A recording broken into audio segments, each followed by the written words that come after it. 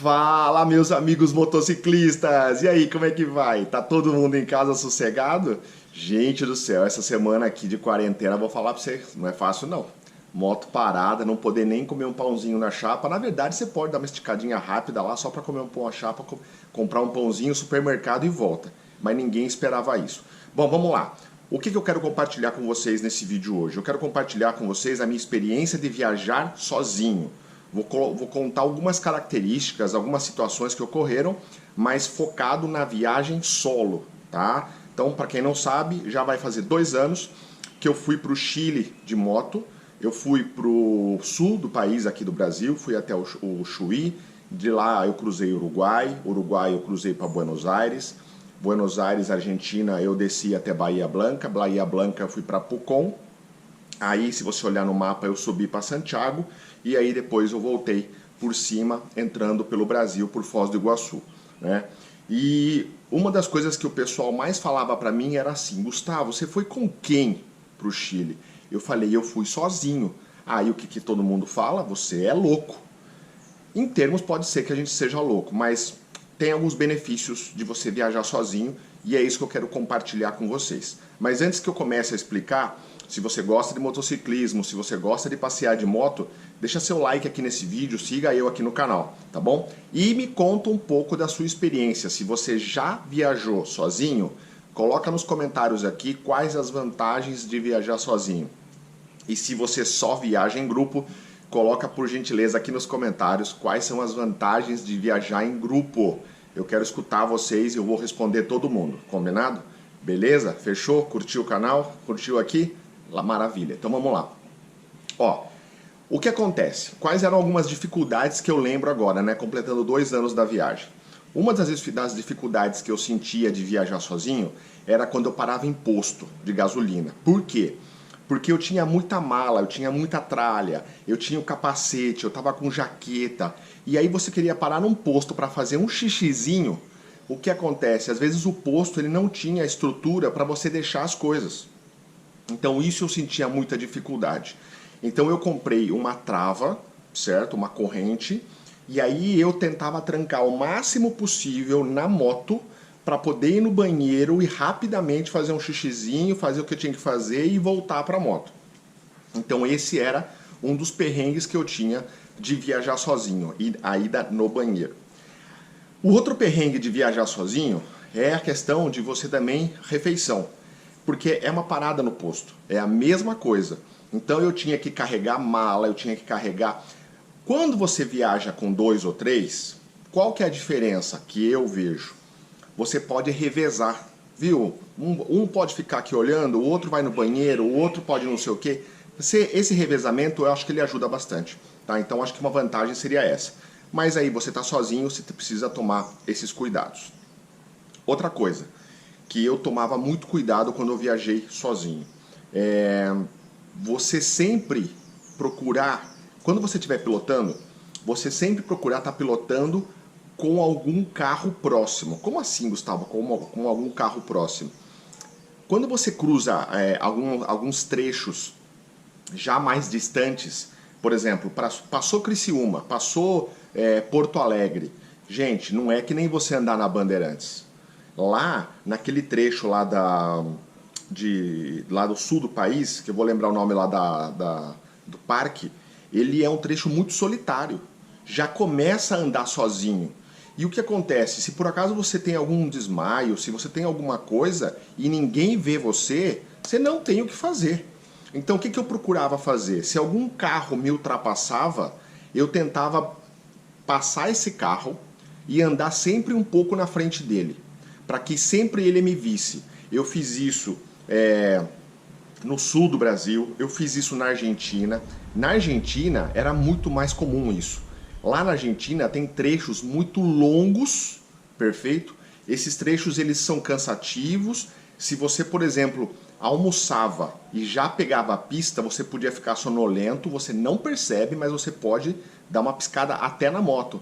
Porque você não tem paisagem na Argentina, é tudo pampa, é uma paisagem só, pista reta. Então eu procurava ficar sempre próximo a outro carro para que ele me visse. Então esse é um ponto que eu tomava cuidado. Agora eu vou falar de uma vantagem.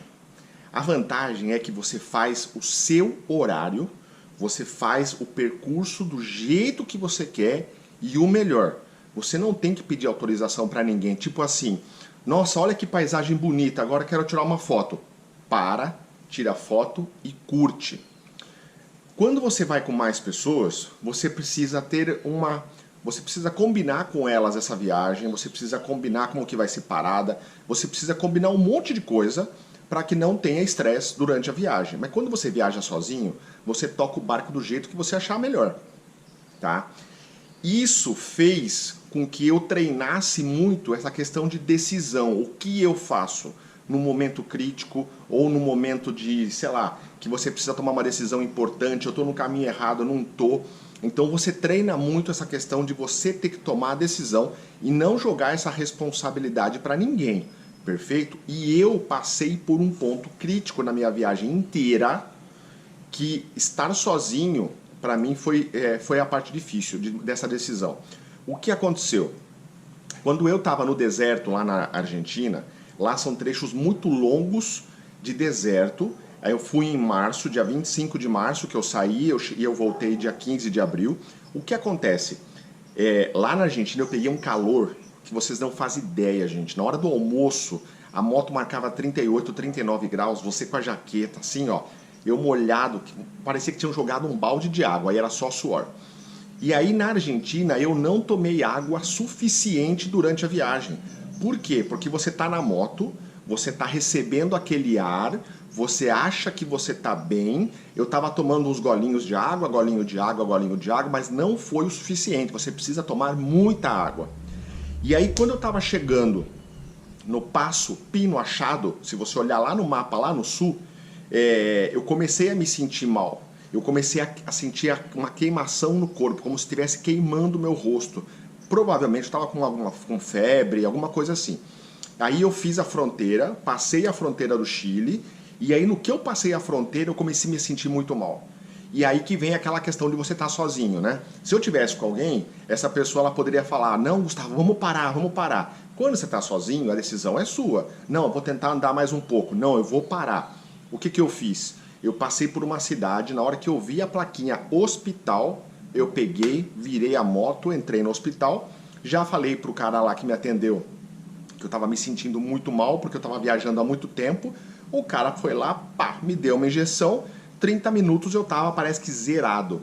Aí eu descansei um pouquinho, continuei na pista e cheguei em Pucón, depois de 2 horas ainda. Então, essa é uma das questões de você viajar sozinho, que você precisa tomar esse tipo de cuidado. Para quem viaja sozinho, também tem aquele equipamento, depois eu vou lembrar o nome, que é um GPS que em caso de emergência você pode acionar esse equipamento, tá? Ele ajuda? Ajuda muito, tem muita gente que viaja com isso. Mas além de você comprar o equipamento, você tem uma mensalidade. Então na época eu preferi não usar isso daí e eu preferi tocar de boa, viajar sem esse equipamento. Quando eu estava no sul do país, eu encontrei com 2 caras brasileiros, né? E eles também estavam fazendo o percurso para o Chile, só que eles estavam indo para outro caminho. Gente, não tem discussão. Você estar em grupo para poder conversar, viu? Você viu aquilo, você viu? Isso é o gostoso de viajar em grupo, viajar com mais pessoas. Quando você está sozinho, você não tem essa oportunidade de ficar conversando, ficar amadurecendo as coisas, viu? Você viu o que aconteceu? Podemos vir aqui? Não tem. Fica tudo guardado para você. Em algum momento você precisa soltar isso. Uma das vantagens também que eu vejo de viajar sozinho, principalmente num passeio desse pela América do Sul, se você não fala espanhol, se você gosta de conversar com pessoas, de conhecer novas culturas, é justamente isso. Você é obrigado a conversar com outras pessoas para que ela te entenda, para você poder pedir, para você poder conhecer a cultura, para você poder trocar experiências. Quando você está com outras pessoas, num grupo muito fechado, se tem uma pessoa, por exemplo, que fala muito bem espanhol, você acaba sempre colocando o peso nela para que ela interaja com as pessoas. Então, por exemplo, chegou no balcão lá da fronteira. Quem que vai falar alguma coisa? É aquele cara que fala espanhol, é aquele cara que tem mais experiência. E aí você acaba não explorando isso em você, sabe? Você pode deixar de conhecer pessoas novas, você pode deixar de tentar falar uma língua nova, e isso eu acho que é uma desvantagem, tá bom? Então, assim, são alguns pontos que eu acredito que sejam interessantes se você vai decidir em viajar sozinho ou se você vai decidir em viajar em grupo. Uma das desvantagens que eu vejo de você viajar sozinho, isso você tem que estar preparado, é caso a sua moto dê problema. Se furar um pneu, se tiver algum problema mecânico. Por quê? Porque você sozinho, você obrigatoriamente vai ter que esperar alguém passar para essa pessoa te ajudar. E se ela te ajudar, sabe o que ela vai fazer? Ela vai te oferecer carona para você ir para o próximo mecânico. Ou ela pode falar o seguinte, ó, eu vou no próximo mecânico, vou avisar ele e ele vem te resgatar. Mas aí você fica sem comunicação. Você não sabe se realmente ela conseguiu chegar na próxima cidade, se ela conseguiu pedir ajuda. Então esse é um ponto ruim. Se você está no mínimo em duas pessoas, uma pode ficar olhando a moto, as motos e as bagagens, a outra pega carona e vai até a próxima cidade para pedir ajuda. Então esse é um ponto complicado para quem viaja sozinho. Então avalia bem, vê se a moto está tudo em ordem, se a mecânica está redondinha. Eu, particularmente, eu não tive nenhum problema com a moto. Essa moto aqui, ela foi, voltou, mas foi um sossego, não tive nenhum problema. Quer ver um outro detalhe que pode ser fundamental você estar com uma outra pessoa ou não? Quando eu estava chegando em Bahia Blanca, lá na Patagônia, Argentina, o que acontece? Durante o dia era um calor insuportável, até umas 3h30 da tarde, 4 horas da tarde, era um calor insuportável. Depois das 4, a temperatura ela começava a cair e a despencar. E o que acontecia? Acontecia o seguinte, faltava chegar, por exemplo, 100 km para chegar no meu destino, para chegar no meu hotel. Aí eu ia tocando porque a temperatura ainda estava boa, a minha jaqueta aguentava e eu ia tocando o barco. Faltava 30 km para chegar, de repente eu cheguei numa baixada lá, gente do céu, mas era um frio que batia 12 graus, 11 graus. Aí que vinha de novo a questão de você tomar uma decisão.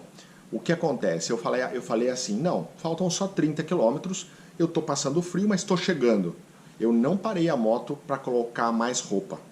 Se você está em 2, se você está em 3, um pode incentivar o outro, viu? Tá frio, vamos parar, vamos colocar blusa. Aí beleza, você vai lá e para. Eu estava sozinho, eu falava, não, eu vou continuar porque eu estou aguentando o frio. O que acontecia? Eu passava um frio do caramba, morrendo de frio, e depois no dia seguinte ficava ruim com o nariz escorrendo. Por quê? Por causa do frio que eu passei. Então, esse tipo de situação é que você precisa também avaliar. Então é isso, eu espero que eu tenha contribuído um pouquinho com você, com essa decisão que você precisa tomar, se você quer viajar sozinho, ou se você quiser viajar em mais amigos. Se você quiser, coloca o seu comentário, eu vou ter o maior prazer de ler um por um e ver se eu posso contribuir um pouquinho com a sua próxima viagem, tá bom? Pessoal, fico por aqui, um forte abraço e que Deus nos ajude nesses tempos difíceis que a gente está passando aqui com esse Covid-19. Pessoal, abração!